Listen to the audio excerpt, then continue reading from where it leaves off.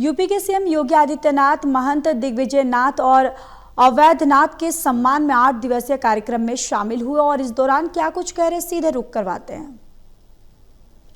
महत्वपूर्ण उद्बोधन के लिए हृदय से अभिनंदन करता हूं, उनका स्वागत करता हूं। मैं इस अवसर पर अपने सभी पूज्य संतों का भी स्वागत करता हूं। विशेष वक्ता प्रोफेसर हर्ष कुमार सिन्हा जी और इस सभागार में उपस्थित सभी विशिष्ट जनों को भी हृदय से मैं धन्यवाद देता हूं। ये स्मृति व्याख्यानमाला गोरक्षपीठ के आचार्य द्वय ब्रह्मलीन महंत दिग्विजयनाथ जी महाराज तथा ब्रह्मलीन महंत अवैधनाथ जी महाराज की स्मृति में प्रतिवर्ष आयोजित होते हैं। अलग अलग समाज और राष्ट्र से जुड़ी हुई उन ज्वलंत मुद्दों को लेकर के हम चर्चा करते हैं और उस क्षेत्र के विशेषज्ञों को आमंत्रित करके इन मुद्दों में वर्तमान पीढ़ी को और भावी पीढ़ी को मार्गदर्शन प्राप्त हो सके, इसका एक प्रयास एक धार्मिक पीठ के माध्यम से किया जाता है। क्योंकि आचार्य द्वय महंत दिग्विजयनाथ जी महाराज और महंत अवैधनाथ जी महाराज का पूरा जीवन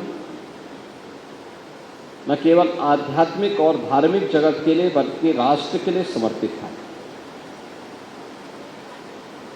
उन्होंने पांथिक संकीर्णता से ऊपर उठ करके भारत और भारतीयता के हित में जब कभी भी कोई आह्वान हुआ तो उसमें बढ़ चढ़ करके भाग लिया और इसलिए उनकी पुण्य स्मृति में जब व्याख्यानमाला उनकी पुण्यतिथि के अवसर पर आयोजित होते हैं तो इसके दोनों पक्षों को हम लेकर के चलते हैं। 7 दिवसीय कार्यक्रम में पूर्वाह्न में समाज और राष्ट्र से जुड़े हुए मुद्दों पर चर्चा परिचर्चा और अपराह्न में आध्यात्मिक धार्मिक कार्यक्रमों के बीच से कथा ज्ञान यज्ञ के आयोजन के साथ गोरखपुर के श्रद्धालु जुड़ते हैं।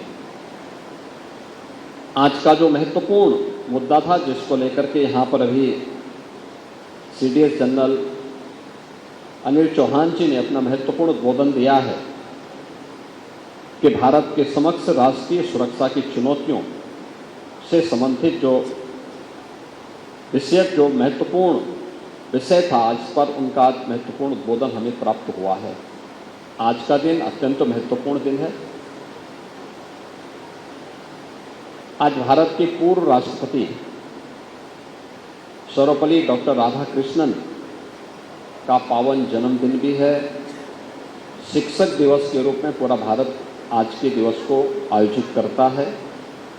मैं इस अवसर पर भारत के पूर्व राष्ट्रपति सर्वपल्ली डॉक्टर राधाकृष्णन जी की स्मृतियों को भी नमन करता हूं, क्योंकि उनका पूरा जीवन शिक्षा के लिए समर्पित था। वे एक चिंतक थे, एक दार्शनिक थे और उन्होंने शिक्षा जगत से जुड़ी हुई भारत की परंपरा और संस्कृति से जुड़ी हुई मुद्दों को अपने दार्शनिक अंदाज से देश और दुनिया के सामने प्रस्तुत किया था। आज का दिन शिक्षकों के सम्मान का भी दिवस है, अपने गुरुजनों के सम्मान का दिवस भी है और हम लोग गोरक्षपीठ से जुड़े हुए आचार्य द्वय की स्मृति में इस व्याख्यानमाला की शुरुआत कर रहे हैं।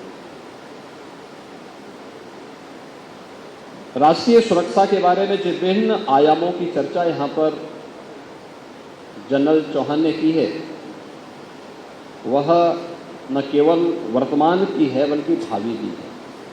और आचार्य चाणक्य ने एक बात कही थी कि कोई भी राष्ट्र बाह्य रूप से असुरक्षित हो और आंतरिक रूप से उसमें अगर उपद्रव हो तो राष्ट्र अराजक कहलाता है और अराजक राष्ट्र बहुत शीघ्र समाप्त हो जाता है। यानी अराजक राष्ट्र की स्थिति वैसे ही होती है जैसे आज आप पाकिस्तान की स्थिति देखते होंगे। पूरी तरह अंदर से खोखला हो चुका है, अस्त व्यस्त हो चुका है। ये अराजकता किसी भी राष्ट्र को दुर्गति के कगार पर ले जा करके उसके अस्तित्व के सामने प्रश्न चिन्ह खड़ा कर सकता है। भारत इस दिश से प्राचीन काल से ही बहुत सजग रहा है, सतर्क रहा है और उसकी सुरक्षा के लिए उस प्रकार के तौर तरीकों को अपनाने की एक प्रवृत्ति भी रही है। वैदिक कालखंड से ही हर भारतीय को इस बात की शिक्षा दी जाती है कि धरती हमारी माता है, हम सब इसके पुत्र हैं। माता भूमि पुत्रो हम पृथिव्या। धरती हमारी माता है,